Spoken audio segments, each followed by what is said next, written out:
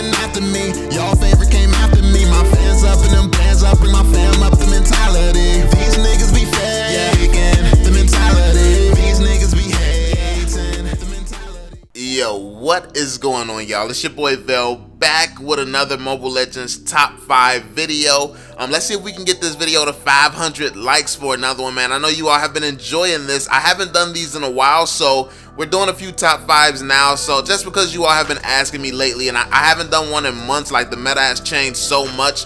But before we get into that, I do want to address why I didn't add support heroes into the top 5 best heroes this time. And that's because all the support heroes are good, and they're pretty much good for different situations. So it's like not really one that's just clearly better. I feel like different heroes in the support category works for different team comps. And also there's not going to be any bad support in this video either, for the same reason. They all are good for different team comps, for different types of strategies going into the game. So yeah, so there's not really any bad supports in Mobile Legends, to be completely honest with you. I think that some are just underrated by far. So you might see some of them in an underrated video if I make a top 5 on that, but we'll see if that video comes.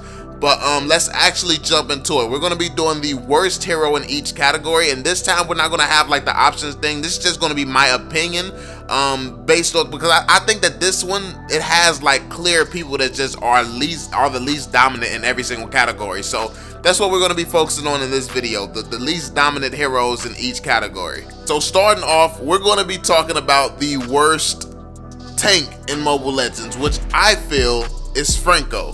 Franco, I don't feel like I've said it many times, I don't feel like he's actually even a tank. He doesn't fit well in the tank category, but also if you throw him in any other category, he doesn't fit well there either. I think that, like, honestly, if I had to choose a worse hero in Mobile Legends, it would probably be Franco, because he doesn't fit well in any category. I don't think he's strong enough to fit anywhere, really. I think that there's always a better pick. If you want to go into the fighter lane, there'll always be a better fighter. If you want to go assassin, always a better assassin, definitely.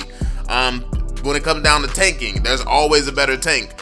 Initiations, like anything that you can name in Mobile Legends, there's always going to be someone that can do that better than Franco. So yeah, it's just not really, he's not dependable either. So even when you come down to what he's strongest at, which is singling people out, if someone knows how to position and knows how to just simply dodge his hooks, it's not gonna, because honestly, you know, when Franco stands still, he's about to hook. Like, it's really simple to know when he's about to hook and avoid it and counter it. So I feel like even if you do consider like his hooking and singling people out and stuff like that, that's still an if the other team doesn't dodge it. If he actually lands that hook and isn't bad at landing that hook, like it's too many ifs. Like, you shouldn't, when it comes down to being a tank, we need tanks that 100% can do their job at all times. We don't need a tank that has a question mark attached to them.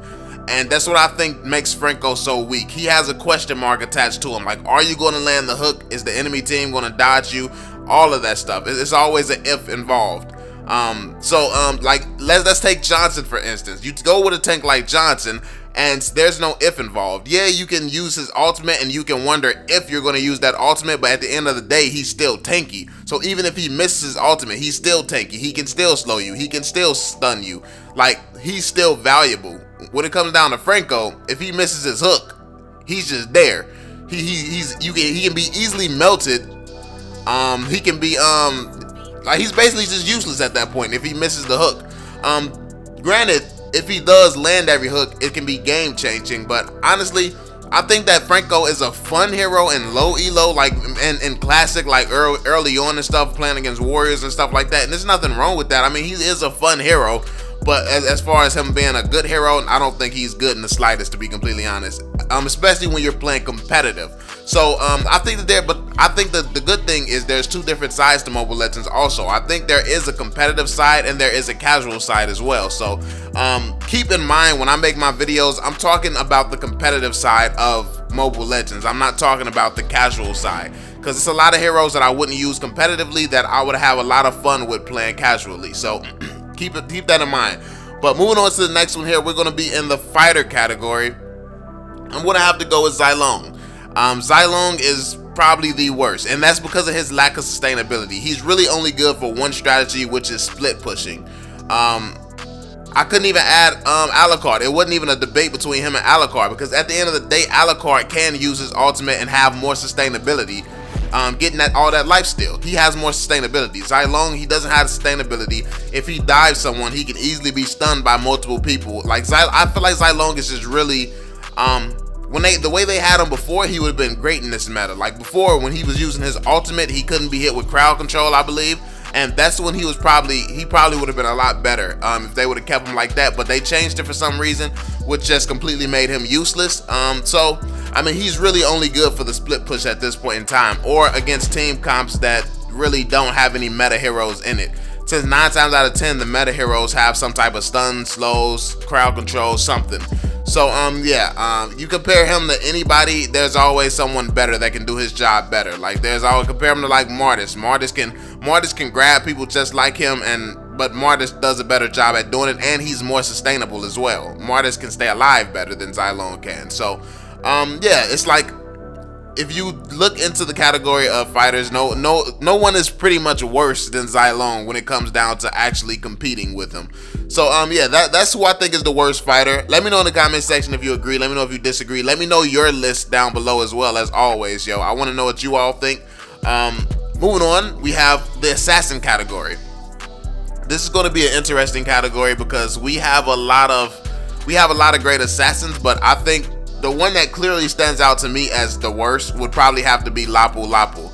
And that's simply because he really doesn't bring anything special to the table. He can be very strong, he can assassinate, but he has to get in close. He has to get in close and risk his life, and he doesn't really have like just a super good escape anyway. Like his escape is not as good as, like, his dashes is not as good as Lancelot. Like his dashes is not as good as the other assassin. So I think that there's always going to be another assassin that's better than Lapu. I don't think that there's any other assassin in the category that you can really even put as low as Lapu. Literally any other category, any other assassin that you could probably think of is probably stronger than Lapu. Like I really could not think of one that was even close to that. So yeah, I think Lapu is a great hero. Don't get me wrong, like he's strong, he can definitely destroy some people, but there's just so many better picks. Like you got people who can silence people, who can go invisible, you got people who can turn the whole map dark and stuff like that, so you can't really see and the marksman can't even attack. There's so many great heroes he's not bad, but he just does not really fit right now. But moving on to the mage category. Mage category, I feel like was pretty much a difficult one as well, because all the mages are pretty decent, but I think the one who clearly stands out as the weakest link right now is probably Eudora. Eudora is very, very strong. She can stun people, she can stop people from getting in close, closing that distance and stuff like that, but I don't know, it just feels like she's missing something. It feels like Harley and Cyclops and Kagura, like everybody has that one thing that makes them just a little bit more special than Eudora. And I don't know what could be added to make Eudora like to stand out a little bit more and to really be a huge threat. But I don't know. I really don't know whatsoever. Maybe the cooldowns, turn her cooldown a little bit, so if she could stun a lot more frequently, like if she could stun like every 3 seconds or something like that, that would make her OP. Never mind. That would definitely make her OP, being able to stun, because her stun is something serious, and being able to do that frequently, I think but I mean, it would make her a little bit more viable. She would be the one mage that people can't just come up on like that, because she can constantly just stun them, and so it's going to be hard to focus her. You really would have to have an assassin doing their job. I don't know. I think something like that could be interesting, seeing Eudora with like faster cooldowns or something maybe. But Eudora she's very, very powerful. She can burst the crap out of you. She does a bunch of damage, but I think that her lack of mobility and the cooldowns, like you have Cyclops who can speed up. He can speed up first off, and then his cooldowns speed up when he's hitting people and all that. I feel like everyone is just more fast-paced than Eudora. Eudora is just kind of like the chill, laid-back mage, and I don't feel like that really fits well in this current meta. Like all of these heroes, they can work with certain team comps. Every hero in Mobile Legends can work if you have different team comps and strategies, but just coming down to the hero itself and how Mobile Legends is right now, I just don't think Eudora is the best fit right now. Then last but not least, we're going to be going with the marksman category, and I'm gonna have to say Mia. Now, this was actually for me, it was a thought between Mia and Layla, and it's the lack of mobility the issue. But I decided to put Mia here instead of Layla, simply because Layla, like I said in a recent video, Layla is the best kiter here. She has the best range. Like literally, she has Leslie's range, but even bigger. Like Leslie has to use her ultimate to get to Layla's range, and so basically Leslie's ultimate, Layla can just do that regularly once she hits level 12. So I feel like Layla is much more valuable because it's easier to position with her because she has so much range.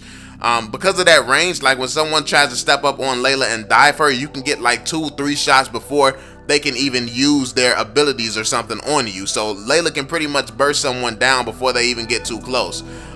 So yeah, I feel like Layla is definitely better than Mia. Mia, her range is just too slow. Too low. Her range, she has to get in too close, and because everyone has stuns right now, it's so risky. And then her escape is just basically going invisible. I don't feel like that's enough. It's not enough to just go invisible, especially because you have so many heroes that can reveal that now.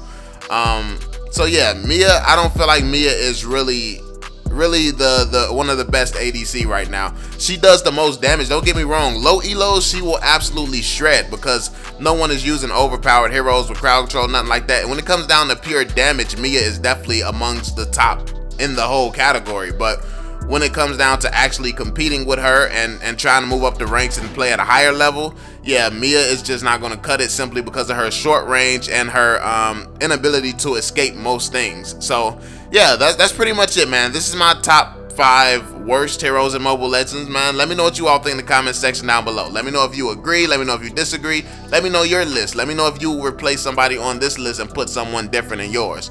I definitely want to hear your thoughts down in the comment section, man. Make sure you drop that thumbs up if you enjoyed the video. Subscribe to the channel, and I'm gonna catch y'all on the next one, fam. Peace out, y'all. I'm on it. Can't fail for my